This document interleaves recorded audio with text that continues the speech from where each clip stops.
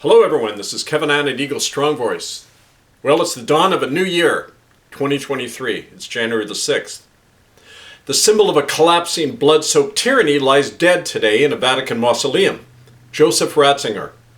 We remember what toppled him, Pope Benedict, from his office 10 years ago next month. We the people did.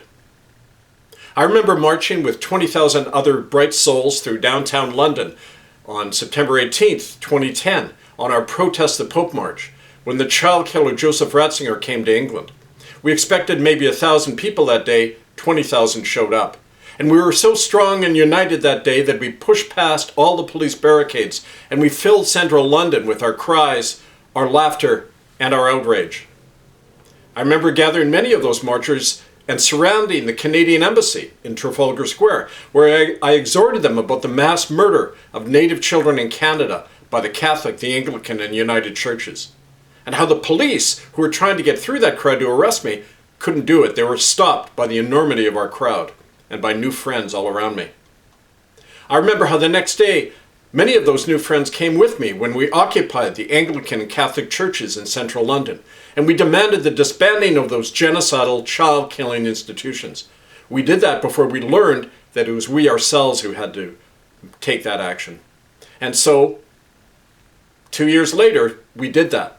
On the crest of that mighty wave, we forced Joseph Ratzinger from his papal office with our International Common Law Court of Justice verdict that found him and Elizabeth Windsor and 28 other people guilty of crimes against humanity.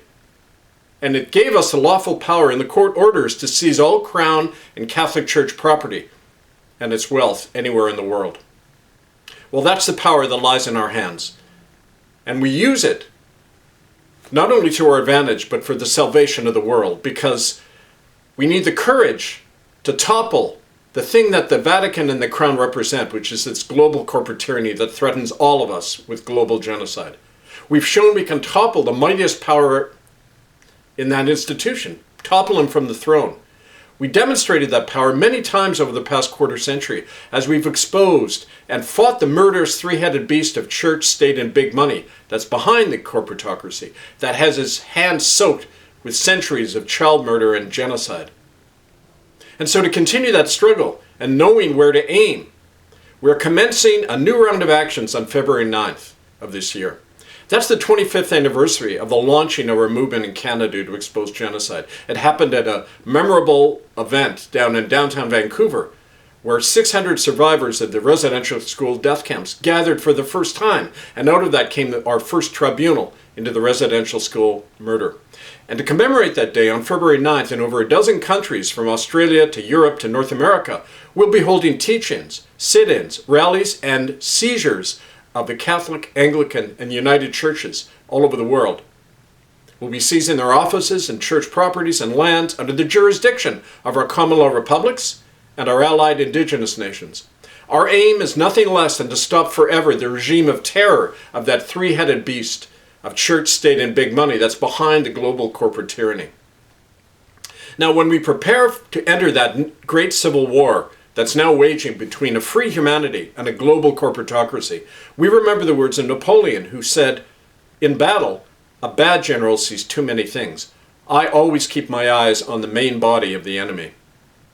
Well, that main body of our enemy right now is China and its chief financier and ally, the Vatican. Their dual power is spearheading the global corporate takeover, especially in North America, where last July in Prince Rupert, so-called Pope Francis and the Vatican signed a deal with Beijing to underwrite the Chinese takeover of the continent by over $1 trillion. They did so with the active support of the British Crown and the Trudeau government, whose officials helped conceal the recent massacre of Cree Native Indians in Saskatchewan by the Chinese and Crown-associated corporation Rio Tinto Mining Company. Everywhere that same genocide is playing out, of which the big pharma and Vatican agenda of a microchipped enslaved populace is just one aspect. But the enormity of that attack on us causes many of us to make the mistake of Napoleon's bad generals and see too many things, rather than keeping our eyes on the main body of the enemy. We see many distractions created by that enemy, and we're dissipated by our reacting to all of them, rather than knowing our opponent and focusing on striking over and over where it's weak and vulnerable. But knowledge is power, and once we know that China and the Vatican are spearheading this new tyranny, we can focus our efforts strategically at the weakest link in their alliance, which is the Vatican itself and every Roman Catholic church anywhere in the world. We've shown we can do not only a lot more than removing the Pope from office. We've shown that wherever we seize their churches and threaten their wealth, they begin buckling in fear. That happened in Canada throughout 2008, when our campaign of church occupations forced the admission of guilt of genocide in residential schools from the church and state killers. And now that so-called Pope Francis has publicly admitted to genocide, and his entire Catholic Church is a lawfully convicted criminal body, we're armed with the warrants to lawfully shut down their institution, seize its vast wealth and lands, and seriously damage the financial powerhouse of Chinese expansion. Well, that power lies in the hands of all of us, but we have to exercise that power locally and directly where we all live. That's the only way it can become real. But that power can only be wielded by those of us who have reclaimed ourselves. We've learned to own ourselves, people of pure hearts, of strong minds, and of unbending will. People of courage, whose outrage and resolve outweigh their fears. People like my friend Georgina Cameron in Wollongong, Australia. Georgina is part of our International Republic Alliance movement. Although she's in her late 60s and is on crutches, on December 21st, all alone, she entered Lumen Christi Catholic Church in Wollongong during a service, and she single-handedly confronted the local Catholic bishop, Brian Mascord, during his service about his church's child trafficking and murder. Then she was assaulted by 4 church goons, but she stood her ground on her crutches and faced down those 4 goons and their bishop and forced him to flee from the church. Well, that's the power in action of one brave soul. Imagine if there were 10 or 100 like her who never gave up.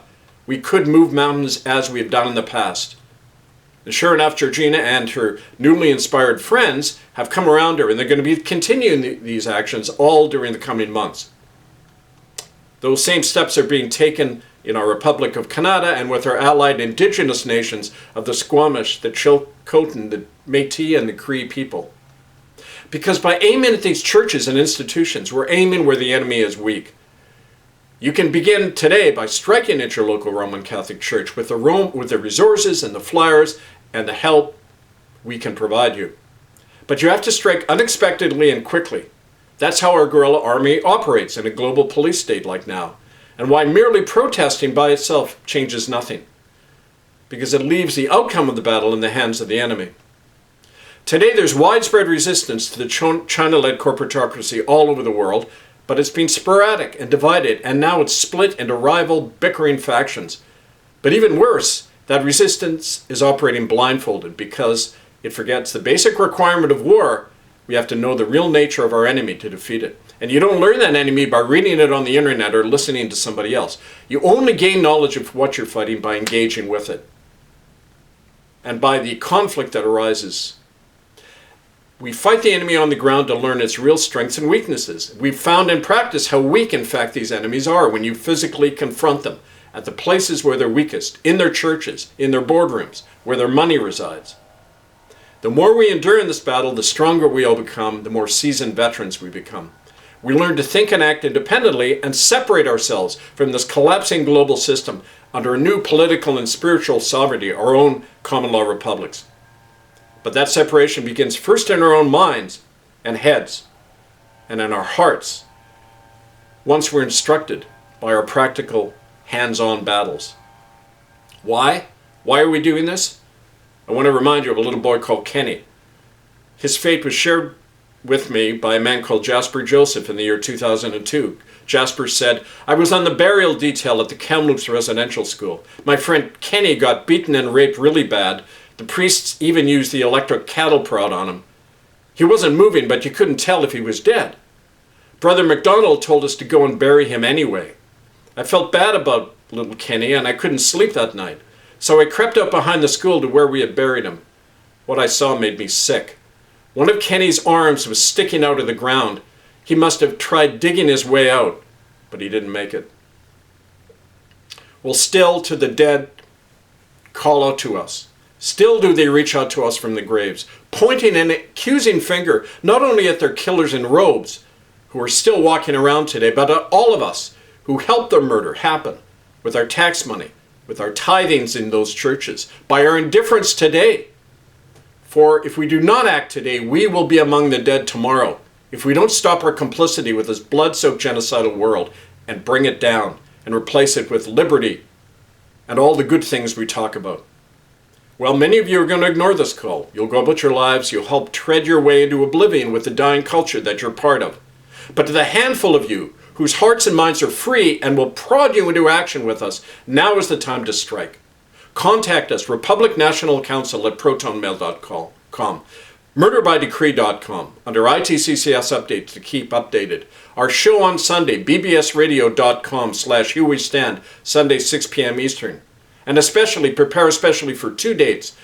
The 10th anniversary of the deposing of Joseph Ratzinger on February the 11th, and in memory of our murdered brother William Coombs, who exposed the crown murder and death of 10 children at the hands of Queen Elizabeth and Prince Philip, murdered in St. Paul's Catholic Hospital, February 26th. We will be there on those actions to take back those genocidal institutions and abolish them forever.